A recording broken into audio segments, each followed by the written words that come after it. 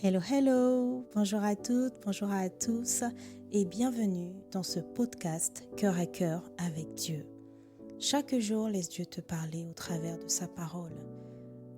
Dans ce podcast, nous partagerons des exhortations brèves, puissantes et guidées par l'amour pour t'aider à méditer les Écritures profondément, verset après verset, pour t'aider à guérir, à être éclairé, affermi, mais surtout, faire la rencontre de Dieu telle que tu ne l'as jamais connu, afin de vivre une relation intime et vivante avec lui. Alors installe-toi bien, dispose ton cœur, dispose ton environnement, dispose tes pensées. Nous entrons dans sa présence.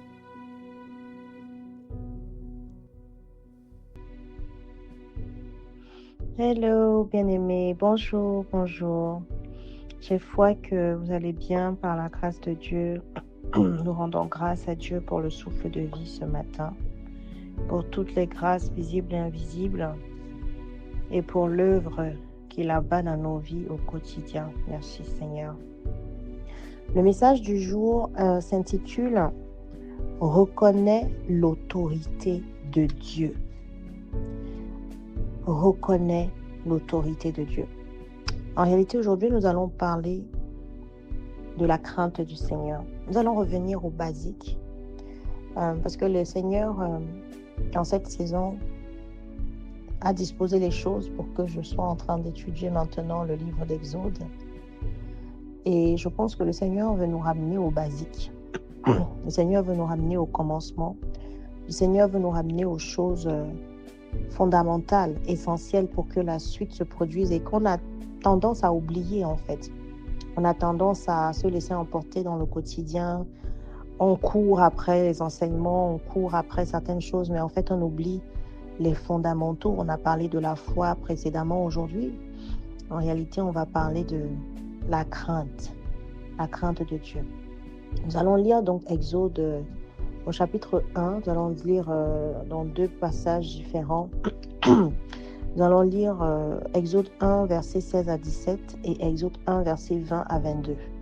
Je vais lire en deux versions aujourd'hui, particulièrement parce qu'il y a des mots très différents qui sont employés, mais qui sont très parlants, très forts. Alors, je vais commencer en version Nouvelle Français courant. Exode 1, versets 16 à 17. Il est écrit quand vous aiderez les femmes des Hébreux à accoucher, regardez bien l'enfant qui naît. Si c'est un garçon, tuez-le. Et si c'est une fille, laissez-la vivre. Mais les sages femmes respectaient Dieu. Elles n'obéirent pas au roi d'Égypte et laissèrent vivre les garçons. La version Louis II dit, il leur dit, quand vous accoucherez les femmes des Hébreux, et que vous les verrez sur les sièges, si c'est un garçon, faites-le mourir. Si c'est une fille, laissez-la vivre. Mais les sages femmes régnaient Dieu et ne firent point ce que leur avait dit le roi d'Égypte. Elles laissèrent vivre les enfants. Maintenant, versets 20 à 22, version Nouvelle Français courant, Dieu fit que les sages femmes soient habiles. Ainsi, les Israélites devinrent de plus en plus nombreux et vraiment puissants. Et parce que les sages femmes avaient reconnu l'autorité de Dieu, il leur donna une descendance. Alors, nous, on va s'arrêter au verset 21, il n'y a pas besoin d'aller au verset 22. La version Louis II dit, Dieu fit du bien aux sages femmes et le peuple se multiplia et devint très nombreux. Parce que les sages femmes avaient eu la crainte de Dieu. Dieu fit prospérer leur maison. Mes sœurs, je voudrais encore nous rappeler que la parole déclare, nous l'avons vu juste ce matin, dans Job 33, verset 14, que Dieu parle cependant tantôt d'une manière, tantôt d'une autre. On n'y prend point garde. C'est important. C'est important de garder le regard fixé sur Dieu. C'est important que la foi soit le socle Et hier, l'Esprit m'a poussé à partager la disposition de cœur qu'on est censé avoir lorsqu'on ouvre la Bible. Voyez, il est écrit, Dieu fit du bien aux sages-femmes et le peuple multiplia et devint très nombreux. Dieu est le même, hier, aujourd'hui et éternellement. Lorsque nous ouvrons la parole, c'est Dieu littéralement qui est devant nous. Selon Jean 1 au verset 1. Or, si Dieu a agi ainsi, il peut encore agir ainsi aujourd'hui. Il est le même. Il ne change pas. Et encore moins, il ne se contredit pas. Donc, lorsque nous lisons les Écritures, lorsque nous lisons la parole, gardons toujours en tête que Dieu est le même. Il a agi ainsi avec les sages femmes. Et il va aussi agir ainsi avec nous. Donc, allons maintenant dans le détail de ce message. Vous voyez, dans le contexte, on a la descendance finalement de Jacob au travers de Lévi, qui est un de ses fils, parce que Moïse est de la 4e génération de Lévi, qui était un des fils de Jacob. Et en fait, des années sont passées, au moins 350 ans, parce que quand on voit, il vivait à peu près 120 ans, 130 ans, et puis on arrive à la 4e génération. Donc au moins 350 ans sont passés, et le roi d'Égypte actuellement ne connaissait pas. Il ne connaissait pas Joseph, donc il ne connaissait pas la descendance. Et donc finalement, il voyait que les Hébreux, le peuple d'Israël étaient puissants en fait. Il le sentait et il voulait les accabler. Et donc il a décidé de les asservir, de les réduire à l'esclavage. Et en fait, il a décidé de faire mourir les garçons. En fait, il a commencé à avoir peur. Et donc, il a demandé aux sages femmes de faire mourir les garçons. C'est dans ce contexte qu'on arrive, en fait, quand verset 16 dit, quand vous accoucherez les femmes des Hébreux que vous les verrez sur les sièges, et c'est un garçon, faites-le mourir. Vous voyez, ce qui m'a interpellé ici, c'est le fait qu'il est écrit au verset 17, mais, c'est-à-dire qu'on est ici en contradiction avec la pensée d'avant. Donc le pharaon vient dire, vous allez tuer les garçons, mais en fait les sages femmes qui étaient des Israélites, en fait elles étaient hébreux, elles craignaient Dieu. La version Nouvelle Françoise Client dit respecter, la version Louis II dit craindre Dieu. Et à cause de ce qu'elles craignaient Dieu, elles sont allées à l'encontre de la voix du pharaon, malgré les conséquences qu'elles pouvaient avoir. On aurait pu les tuer. Elle et leur famille. Mais non, la crainte de Dieu a surpassé la voix de l'ennemi. Alors, l'interpellation sur ce premier point, c'est quelles sont les voix que tu entends au quotidien? Quelles sont les peurs que tu as au quotidien qui parlent plus fort que la voix de Dieu? Allons plus loin. Si on s'examine, parce que la parole nous demande de nous examiner, est-ce que aujourd'hui nous pouvons dire « Je crains le Seigneur » ? Est-ce que tu crains vraiment Dieu? Est-ce que lorsque tu te lèves, cette chose que Dieu te demande de ne pas faire, parce qu'en réalité, quand on parle de crainte du Seigneur, c'est très, très lié à l'obéissance. Nous le verrons plus loin à force de continuer la méditation. L'obéissance est très, très, très capitale. Nous le savons, nous connaissons cette parole qui dit que l'obéissance vaut mieux que les sacrifices, mais on a tendance parfois à l'oublier. Encore une fois, on a le regard ailleurs. Alors, je ne sais pas. Dieu parle, Dieu continue à parler. Ton regard est sur quoi? Est-ce que les fondations sont établies? Est-ce que tu crains Dieu? Est-ce que tu respectes Dieu? Est-ce que dans ta tête, tu as une révérence vis-à-vis du Seigneur? Lorsque Dieu va te demander de faire quelque chose, lorsque tu auras du mal, est-ce que tu viens le faire? Est-ce que dans ta tête, tu viens le faire juste parce que Dieu t'a dit? Est-ce que tu viens le faire parce que tu as eu envie ce jour-là? Ou est-ce que tu le fais parce qu'en fait, tu crains? Tu as la crainte de Dieu. Qui est Dieu pour toi? Qu'est-ce que Dieu représente pour toi? Revenons vraiment au basique, mes sœurs. Parce que parfois, il y a trop de faux raisonnements. Encore une fois, on attribue tout aux attaques, au diable. Non, non. Est-ce que dans ton cœur, Dieu occupe la place de l'autorité suprême? Est-ce que quand tu as des pensées bizarres qui te traversent, Tu dis, oh non, pardon, je ne veux pas éveiller la colère de Dieu. Il est trop grand, il est trop puissant, il est trop élevé dans les cieux. Je me soumets. Est-ce que tu as cette attitude dans ton cœur? Est-ce que tu penses à Dieu de cette façon? Avant d'aller plus loin, oh la conquête, oh détruire les forteresses, avant d'aller plus loin là, oh l'abondance, l'héritage. Qui est Dieu pour toi? Est-ce qu'il est assez grand devant ta face? Est-ce que tu le vois grand comme la Bible le décrit? Est-ce que tu vois qu'il a étendu son royaume au-dessus du ciel? Est-ce que tu l'as accepté comme ça? Je voudrais qu'on s'arrête et qu'on revienne aux basiques parce que souvent, en fait, on n'arrive pas à aller au-delà et à obéir et surtout même à croire à ce que Dieu dit parce qu'on n'a pas accepté et on n'a pas assez la conscience de qui il est. Pas dans les détails, pas dans ses facettes, on n'est même pas là-bas. Juste le fait de craindre Dieu, de reconnaître son autorité, de reconnaître qu'il suffit juste qu'il ait une pensée, nous sommes tous exterminés. Oui, il est bon. Naturellement, vous comprenez ce que je veux dire lorsque je donne cet exemple. Elles ont craint Dieu. Elles sont allées à l'encontre d'une parole qui leur demandait de faire quelque chose. Elles savaient que Dieu n'allait pas être d'accord. Elles se sont soumises à l'autorité de Dieu. Dieu n'a pas eu besoin de leur parler, mes sœurs. Elles ont dit, nous craignons Dieu, alors nous n'allons pas faire ce que Pharaon dit, quoi qu'il en coûte. C'est aussi un signe de confiance, c'est un signe d'abandon. C'est un signe d'abandon. C'est un signe où je suis en train de dire à Dieu, tu es Dieu. Moi, je te crains. Je ne veux rien faire qui puisse éveiller ton attention ou éveiller que tu tournes les regards négativement vers moi. Non, non, non, non, non, je me plie. Je ne veux prendre aucun risque. Est-ce que chaque jour, tu as cette attitude? Parce que souvent, si on change d'angle de vue par rapport à des choses qu'on n'arrive pas à faire, par rapport à l'obéissance, quand par exemple la parole, Dieu nous demande de lire les Écritures, Dieu nous demande de pardonner, Dieu nous demande de partager, Dieu nous demande de faire du bien, de prier, d'intercéder. Parfois, en fait, on n'arrive pas à le faire parce qu'on le voit comme une tâche, on le voit comme un poids, c'est un fardeau.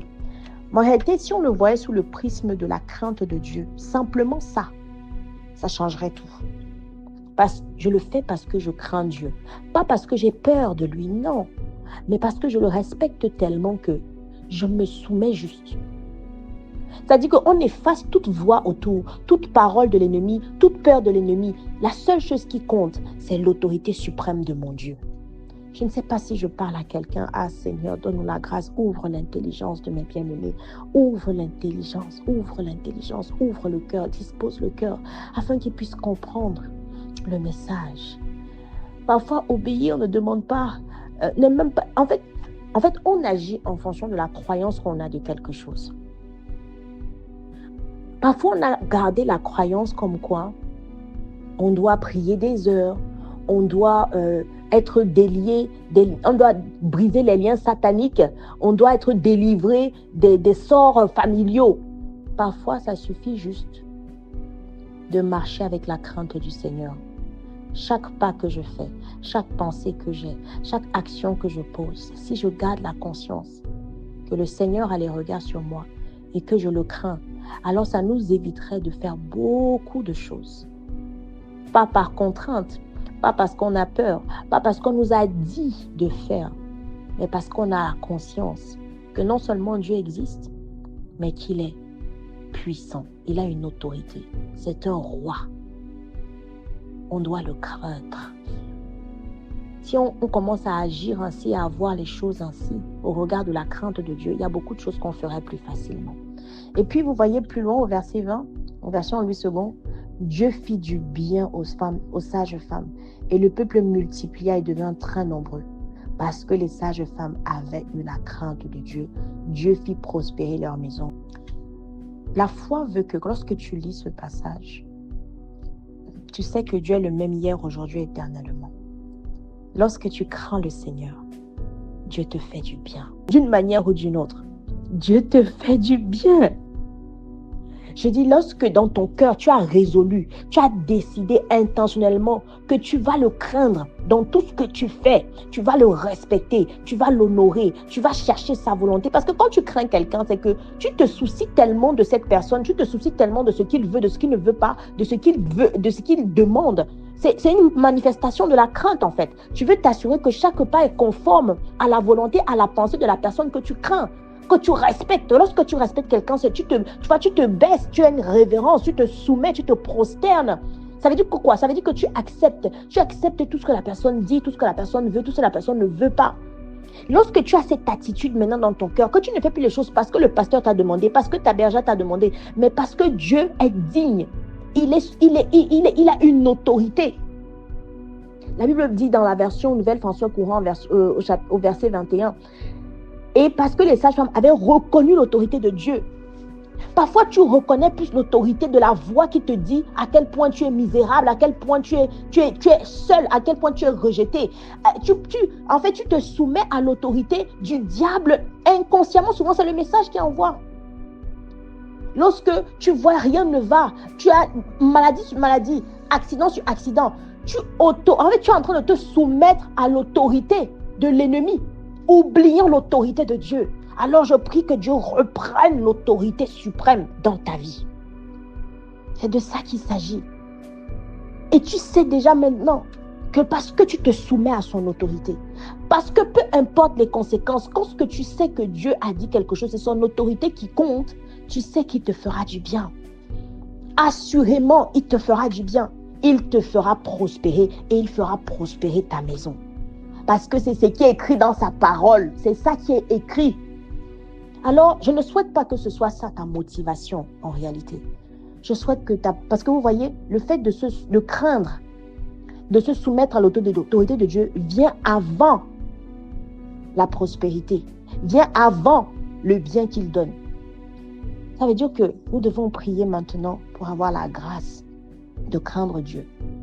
Nous ne devons pas être motivés par le fait de rechercher les biens ou de rechercher la prospérité pour nous et pour nos maisons, mais simplement d'avoir la grâce.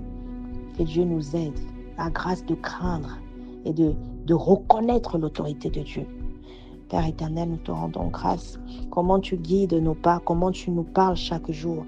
Abba Père, c'est une grâce de pouvoir t'entendre chaque jour. C'est une grâce de pouvoir rester connecté à toi à cause du sang de Jésus. Ah, merci pour ta bonté, merci pour ta fidélité, merci pour ta patience, merci pour ta protection, merci pour les révélations. Ah Père, conformément à ta parole, nous voulons être comme ces sages femmes israélites qui ont craint ton autorité, qui t'ont craint, toi Dieu, toi le Dieu d'Abraham, d'Isaac et de Jacob. Père, s'il te plaît, aujourd'hui, nous demandons la grâce, oui, pour moi et pour toutes mes bien-aimés, pour tous mes bien-aimés, pour tous mes frères et sœurs en Christ, pour tout le corps de Christ. Nous demandons la grâce de te craindre. Ah Seigneur, nous ne te craignons pas assez. Nous voulons être comme ces sages femmes qui ont défié l'autorité du Pharaon à l'époque, une entité suprême, mais pas plus suprême que toi. Nous voulons être comme ces sages femmes israélites qui ont défié l'autorité suprême en ce temps-là. Ah Seigneur, parce qu'elles te craignaient, elles ont dit non, nous ne nous soumettrons pas à ce que tu dis, mais nous avons la crainte de Dieu et nous savons que notre Dieu ne veut pas cela.